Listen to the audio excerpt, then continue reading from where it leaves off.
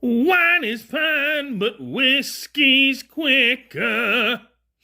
Suicide is slow with liquor. Take a bottle, drown your sorrows. Then it floods away tomorrow. Away tomorrow.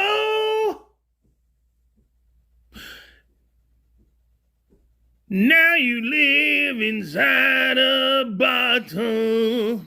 The reaper's traveling up full throttle. It catches you and you don't see. The reaper's you and the reaper is me. I want to do a thought experiment with you where we go back in time to a cold November night in 1968 in a small town called Dublin, Pennsylvania. You're standing with me in a front yard at night, gazing at a residential house, gazing at the window of that residential house. Inside that house, Tuttle the Elder and Ma Tuttle are about their business in the conception of Thomas T. Tuttle. The T stands for trustworthy. You and I are in the front yard, and we begin blowing trumpets, making a cacophony of noise, disturbing everyone on the street, including the inhabitants of the window that we're looking at. We've just interrupted the conception of Thomas T. Tuttle.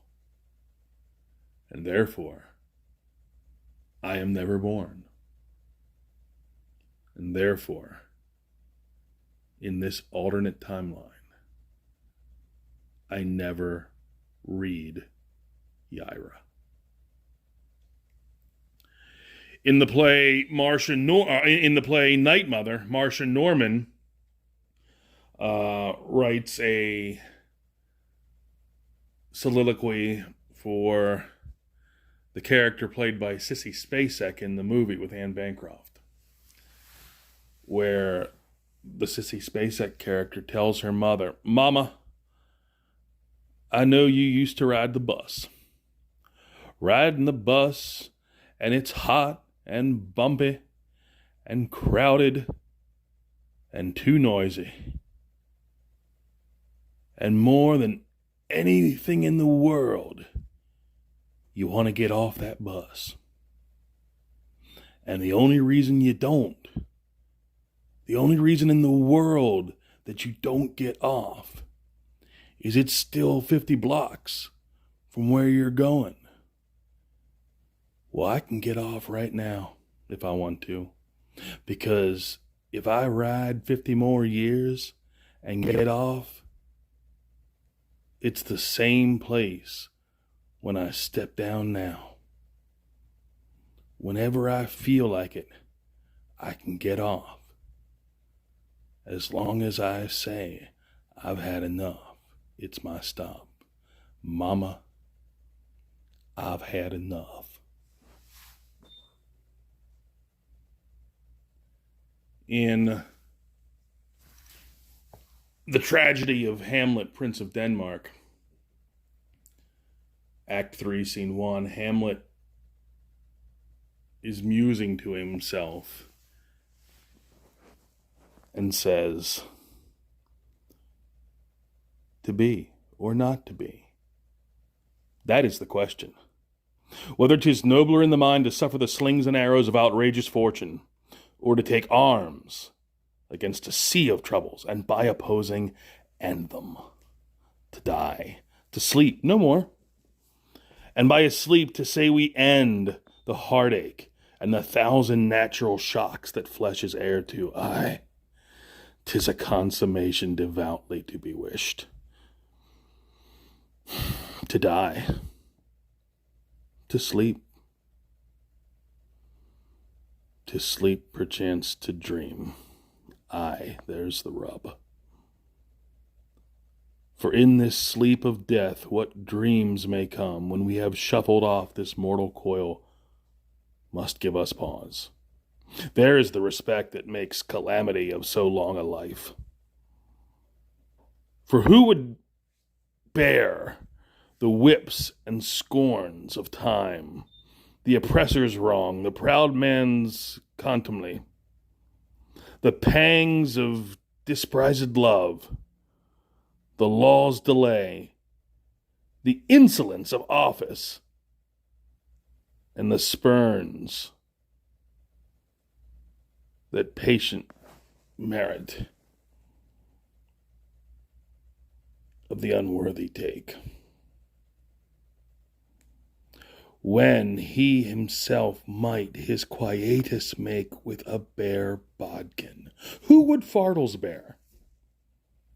In grunt and sweat under a weary life, but that the dread of something after death,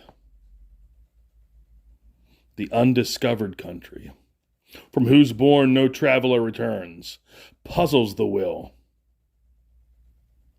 and makes us rather bear those ills we have than fly to others we know not of. Thus conscience doth make cowards of us all. And thus the native hue of resolution is sicklied o'er with the pale cast of thought and enterprise of great pith and moment. With this respect, their current runs away and loses the name of action. Through early morning fog I see the visions of the things to be, the pains that are withheld for me. I realize and I can see that suicide is painless. It brings on many changes, and I can take or leave it if I please. The game of life is hard to play. I'm gonna lose it anyway. The losing card I'll someday lay. So this is all I have to say. That suicide is painless.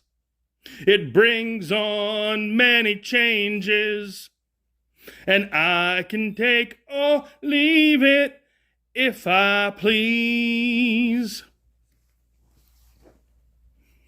The sword of time will pierce your skin.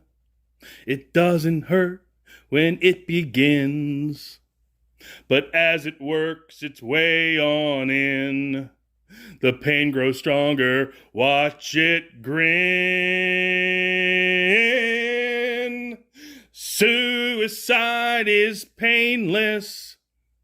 It brings on many changes, and I can take or leave it if I please. And you can do the same thing if you please. This has been Tom Tuttle.